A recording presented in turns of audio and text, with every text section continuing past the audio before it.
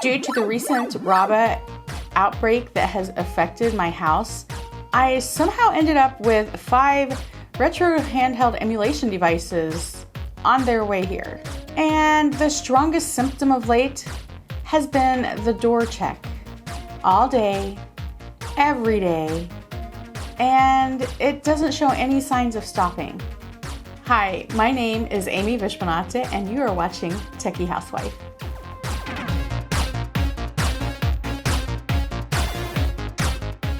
So one of the door checks actually turned out to be fruitful. And needless to say, it has eased the RHBA infection ever so slightly, for a few hours anyway. This is the PowKiddy RGB10 Max. And it has been all the rage over the last few weeks, and I'm sure you have heard and watched. It seems like a video about this just keeps popping up around every corner. And now it's my turn. Okay, so here is the box. You'll notice the box is plain. It's not really very spectacular, but inside certainly is not plain. And anyway, if you kind of remember the Muse run, it had a beautiful box that I absolutely loved, and it was really cool, but on the inside was a bit disappointing. So boxes definitely do not give you an idea of what's inside, unless they have a picture. So I forgot my knife, and I'm just going to have to use my fingernails to get that open. It did come taped up, which is promising. I know I've had quite a few that I've opened that have been dirty. So one thing I'm excited about, actually, and I'm surprised myself about this, is I'm excited about the orange color. I'm not a huge fan of orange, but for some reason I think it looks really nice for what I've seen on this, and it does look nice. I really like it. It's very pretty. So just set it down for a second. Let's take a look inside. I don't think we have much here, just your basic manual and the charging cable, which is USB-C. So one thing I've noticed just by picking it up and touching it is it has a really cool texture, kind of a rubberized texture, but also for some reason it kind of feels velvety on my fingers. I'm not sure exactly how to explain it, but it's not like a complete rubber feel, and it's not really a velvet feel, but it's kind of an in-betweener. And I feel like it will be a great material to kind of hold in your hands and not slip out. It has that kind of traction there. If we take a look at the top, we have the 4 triggers. And if you can hear that, you can hear it sounds pretty good. They have a nice tension in them. I'm hoping everything's that way. We have the power button, we have the reset button, and look at this, we have Wi-Fi. We have a charging port, OTG port, we have the headphone jack. There is our SD card, and we have the volume. These are our basics there. And let's just take a look at the buttons and the D-pad. I like the sound of the buttons. They do feel a little soft to me and a little jiggly, if you can see that. I don't know how well you can see them. Put it straight up there, a little close to you. But if we take a look at it this way, I have a feeling that it's because they are raised up so far. They're small and they protrude quite a bit, and I think that is actually what's causing our jiggling problem. The analog sticks, they actually feel like a great quality, and these are actually rubberized. You can really feel it. My hand, you see that? No sliding. Nice click to it. D-pad feels nice, firm, it has good tension, has a great bounce back. And for those of you, James, who love the ability to just kind of move your hand around in a circle like this because you don't want to pick your hand up and play this way, it feels like it's going to work great that way. So you guys should really enjoy that. We have our select button, our start button, and these 2 little wonderful magical buttons here will help us through the menus, I'm sure. Right here we have 2 cutouts for speakers, but fun fact, there's only 1 speaker on this. I'm hoping it's a good speaker. I don't understand. Maybe it's just for aesthetics, I guess, to make it like kind of a nice even look. Some nice airflow, I guess. I don't know. So my first thoughts are this is pretty sturdy. It's solid actually. I don't know if you can see that or not. I'm not trying to bend it too hard, but I mean, there's pressure on there and it's not bending. The quality actually I'm very pleased with. Right now, I think the only con I see or feel would be these buttons. They look nice. They do seem a little small and they're a little tall as well, which is giving us that jiggling.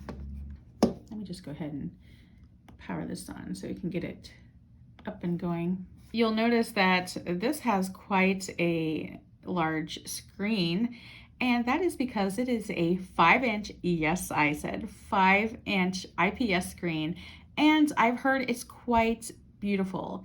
So you can see that it's loading everything here.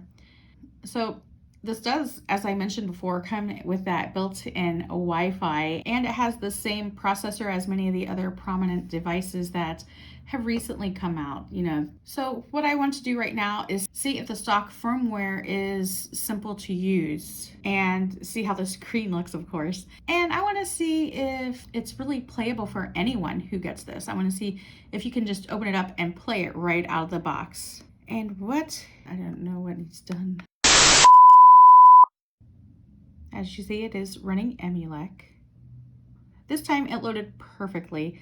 I don't think that the screen is up to full brightness because I have not touched the settings. Normally they don't come at full brightness. So right now what I'm seeing, the screen is pretty beautiful. I hope this is coming through the camera. The colors look great on here. The screen is really displaying them beautifully. So let's go through and see what we have here.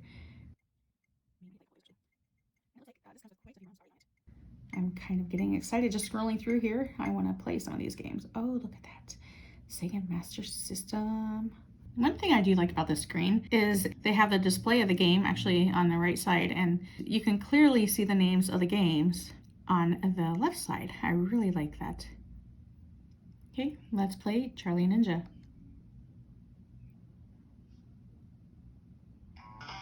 Okay, that is max volume. A little underwhelming.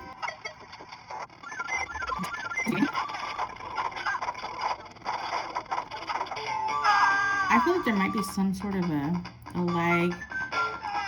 Okay. From the stars. Might just be a slight lag.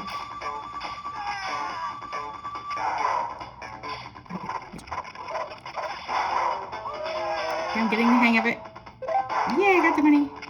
Okay, sorry.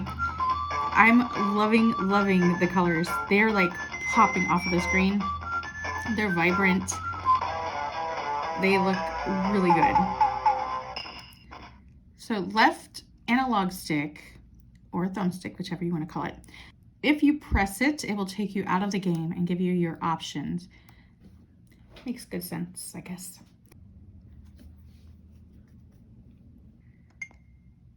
Okay. We're on main, and we are going to play Captain America and the Avengers.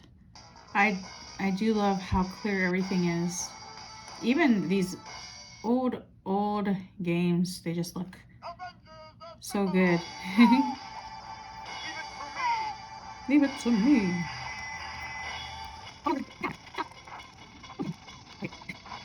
I don't feel like I'm able to do a whole lot with you. I'm just... Okay, there we go.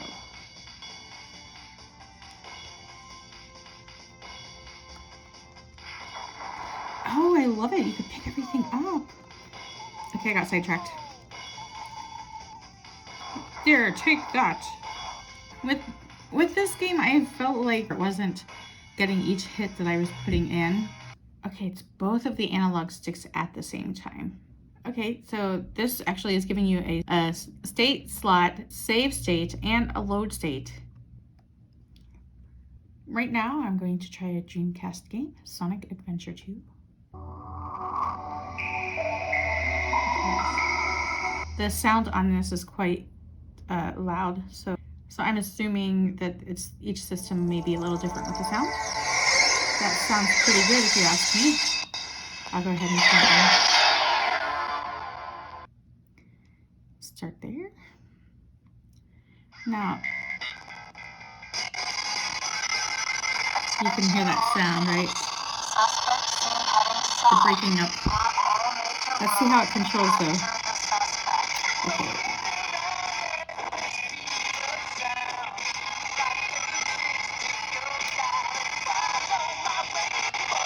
Now, I am able to actually control this pretty well.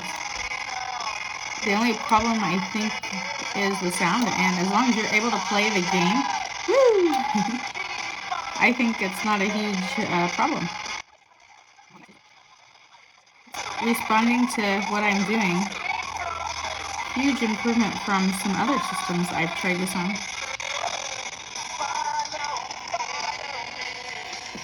So it was able to play a Dreamcast game decently.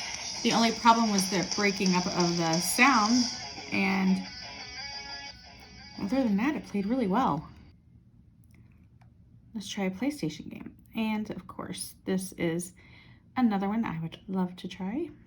I suppose while we're doing this, let's take a look.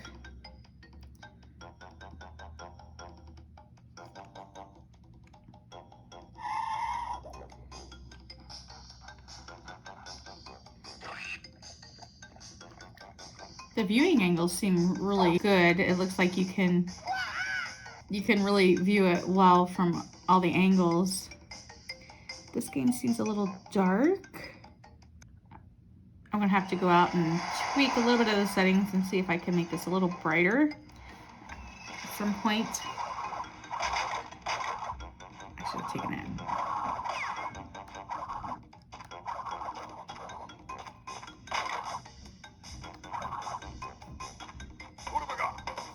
This control is really good on this so far. I didn't run into a wall.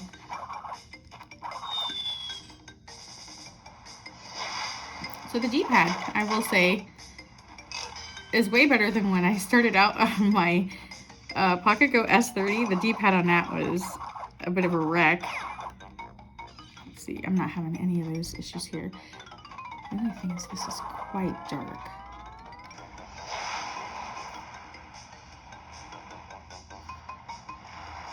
Let's see, I hope you can see the angle on there. Really, I think even this way, you can decently see it. If you have it flat, it's okay. Sideways.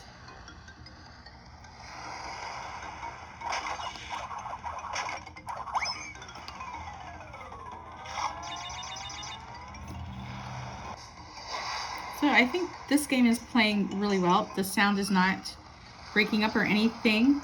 That's a good thing. Controls, as you see, I go right, it goes right.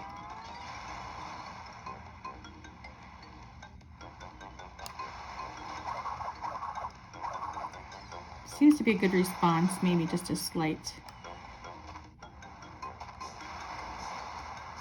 I think the response is good.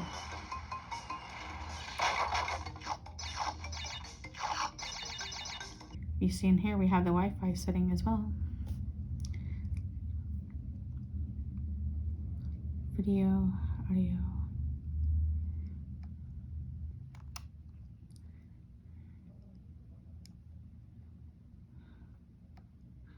Oh, we are at 100% here. Okay, so that's interesting. That game was pretty dark, especially when I compare it to PowKiddy S30 because it was so bright and nice on that. And this screen is a good screen. I'm really surprised that Crash was so dark on here.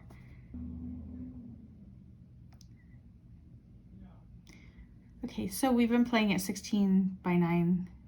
Now what I want to do is change it to what these games would normally be played at, 4:3, and just want to see how great the experience is that way, because then you're truly playing to the aspect ratio that it should be. And let's see also if the border is really that distracting. I don't think it would be. I think people are kind of nitpicky sometimes, and I think, you know, I don't think that that should be a problem. I think I'm going to like it with the original aspect ratio. I think the gameplay will be more authentic as well.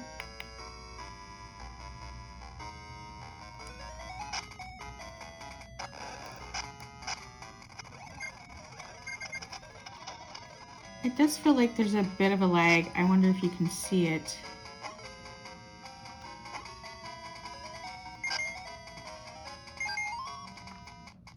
Yeah, it's a little draggy there. I'm not sure why, if it has anything to do with... I'm not sure why that's happening. Come on, climb the rope. There we go.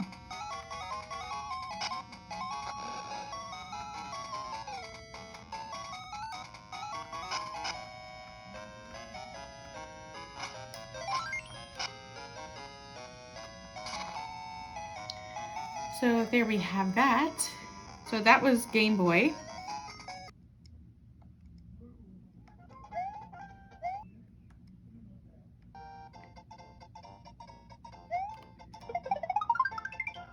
Very responsive. That first hit. I know a few devices I've had issues with that first run, and absolutely no issue there.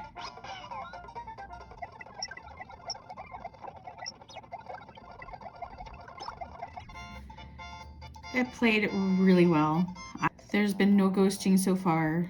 The 10 Max has really played this well.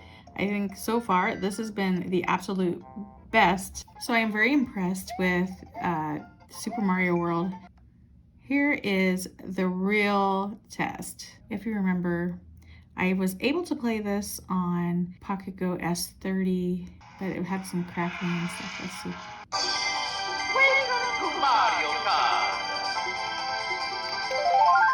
Oh, I'm feeling hopeful that the sound from it sounds really good.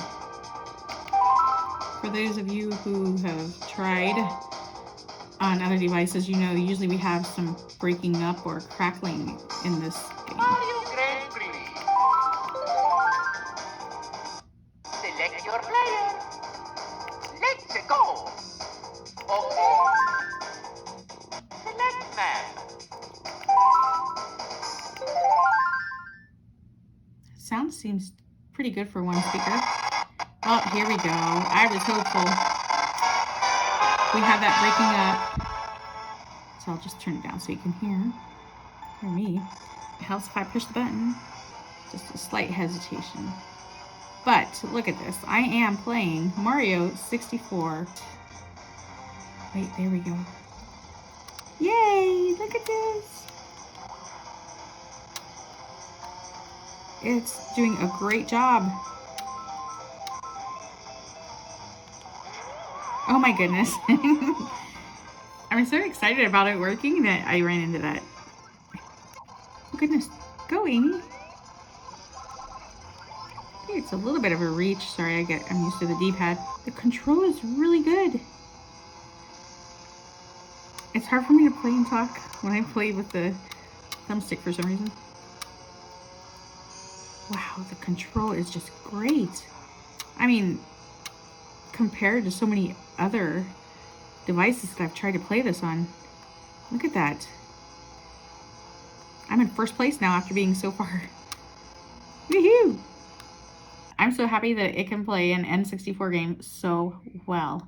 Straight out of the box. For the most part, the games that I have played have been really easy to see, except for Crash. That was quite dark, and I'm kind of surprised about that. And I thought maybe that was because that we weren't up to full brightness, but it was already at 100%. So I'm not sure what's up with that. I am very impressed though with the way it has been able to emulate everything, and I'm really surprised how well it played the Dreamcast game and the N64 game, and also a PlayStation game as well. I'm not too fond of these buttons. They are responsive, but I just don't like the jiggly feeling, and I think they're too small, just a tad bit. I mean, if they were just a smidge bigger, I would really like that. It's really sharp. The colors pop. They're bright. They're vibrant. I mean, you can see right here, isn't it? Very nice. The only other device that I can actually compare this to would be the Odroid Go Super with its 5-inch display. And let's just take a look at them next to each other. Kind of line up their displays there. Now this does have a real thick bezel around it, so it looks even bigger. So the hardware for Odroid is similar to the 10 Max. They actually both use the same processor, the RK3326. So you can essentially install similar operating systems on both, like Batocera, Emulate. But the Max runs at 1.5 gigahertz, where Odroid runs at 1.3. So there should be a better frame rate on the Max for some tough to emulate systems, which we have seen with the Dreamcast and the N64 game, and as well as the PlayStation. So this is really super cool. Odroid Go Super also does not have Wi-Fi like the Max, which is really useful for updates and downloading box art or even playing some connected online games. Also, don't forget the Odroid Go Super is close to $30 less. So really, if you think about it, it's not bad for the cost.